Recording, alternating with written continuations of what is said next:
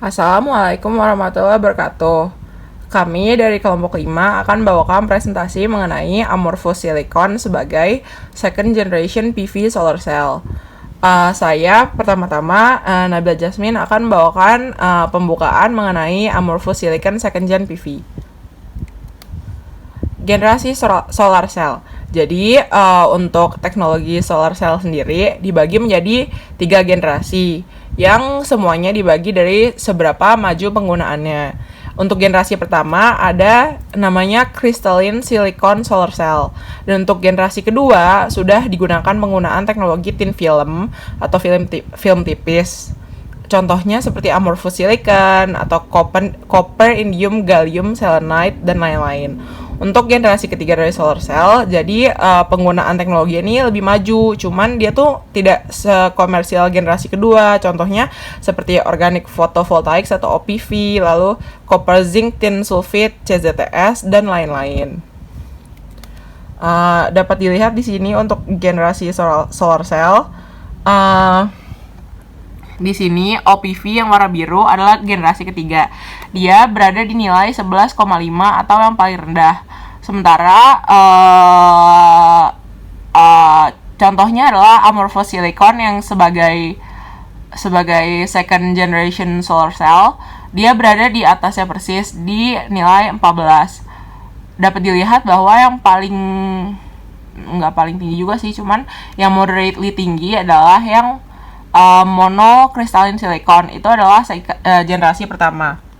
Berikutnya akan saya jelaskan mengenai perbandingan dari photovoltaic solar cell sama first gen solar cell. Jadi kalau misalnya crystalline silicon solar cell, dia tuh punya efisiensi yang lebih tinggi dan manufakturnya lebih mudah. Namun crystalline silicon memiliki cost yang lebih tinggi atau mahal. Karena solar cell yang bahan dasarnya ini crystalline silicon tuh memiliki long payback time, sehingga initial cost-nya tuh harus dikurangin biar solar cell dengan CSI dapat digunakan secara meluas. Untuk solar cell yang menggunakan thin film, dia tuh kan menggunakan film yang tipis, jadi kayak bakal dapat mengurangi modul cost dan manufacturing cost-nya sendiri. Berikutnya. Selanjutnya adalah pembuatan amorphous silicon PV cell. Pembuatan sel fotovoltaik amorphous silicon didasarkan pada PECVD yang dapat digunakan untuk menghasilkan film tipis silikon. Substrat dapat dibuat dari bahan yang fleksibel dan tidak mahal dalam ukuran yang lebih besar, misalnya bahan stainless steel atau plastik. PECVD merupakan proses pengendapan uap kimia yang digunakan untuk menyimpan film tipis dari keadaan gas atau uap ke keadaan padat pada substrat. Reaksi kimia juga berlaku dalam prosesnya. Plasma umumnya dibuat oleh radiofrekuensi, arus bolak-balik AC, atau debit arus searah, DC, antara dua elektroda. Ruang diantaranya diisi dengan gas yang bereaksi. PECVD, energi disuplai oleh plasma RF, deposisi pada suhu substrat yang sangat rendah, dan bombardir ion di permukaan digunakan untuk memberikan energi sebagai penambahan spesies sehingga memungkinkan untuk berdifusi lebih jauh di sepanjang permukaan. Perkenalkan, nama saya Muhammad Rizko Akbar dari kelompok 5. Di sini saya akan menjelaskan tentang cara kerja solar cell. Nah, cara kerja solar cell itu sendiri adalah dengan mengkonversi energi dari matahari menjadi energi listrik. Caranya adalah ketika foton meradiasi dan mencapai atom-atom silikon dari solar cell, mereka mentransfer energi menjadi loose elektron. Sel itu dibutuhkan agar loose elektron atau sel elektron ini untuk menjadi arus listrik. Hal ini dapat dilakukan dengan membuat electrical imbalance di dalam solar cell itu sendiri. Lalu cara membuat electrical imbalance itu dapat dilakukan dengan mengorganisir silikon secara internal. Silikon diatur bersamaan dalam struktur yang terikat dengan erat, lalu dengan menyisipkan struktur lain dalam kuantitas yang kecil pada struktur ini, maka akan terbentuk dua tipe silikon, yaitu N-type dan yang memiliki spare elektron dan P-type yang memburukan elektron.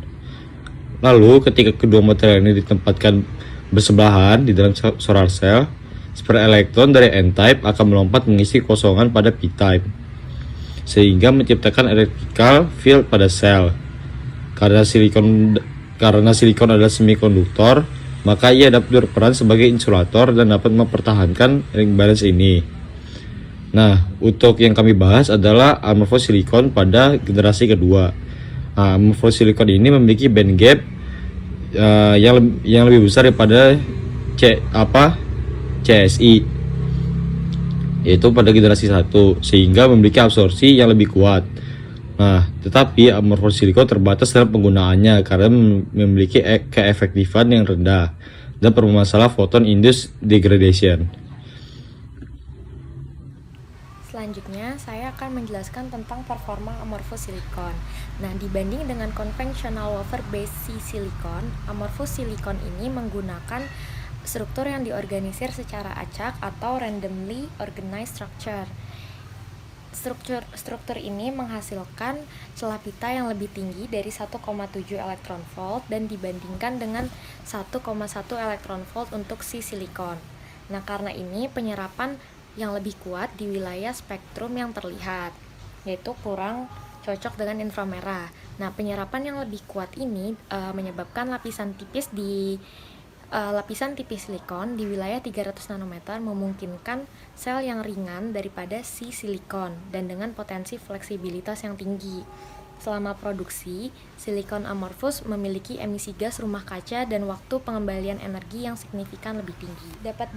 Dapat dilihat bahwa grafik ini menunjukkan estimasi dari energy payback time dan greenhouse gas emission pada beberapa teknologi solar cell.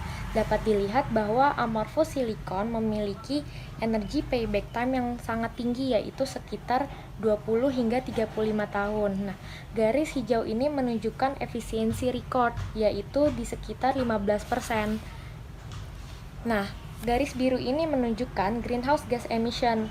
Nah, bisa dilihat bahwa teknologi solar yang memiliki greenhouse gas emission tertinggi didapat oleh monokristalin silikon atau monosilikon. Sementara greenhouse gas emission pada amorphous silicon dapat dikatakan tidak terlalu tinggi dibandingkan dengan teknologi solar cell lainnya. Berikut merupakan kelebihan dan kekurangan dari amorphous silicon. Pertama, kelebihannya ialah membutuhkan lebih banyak silikon, lebih ekonomis, fleksibel dan ringan, bekerja dengan baik dalam pencahayaan rendah.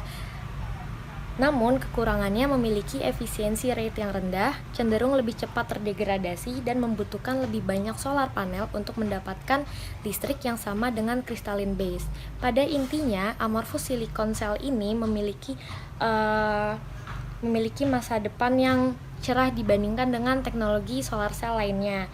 Mereka sangat ringan, mereka lebih fleksibel, dan mereka memiliki potensi untuk menjadi jauh lebih ekonomis dibandingkan teknologi solar cell lainnya.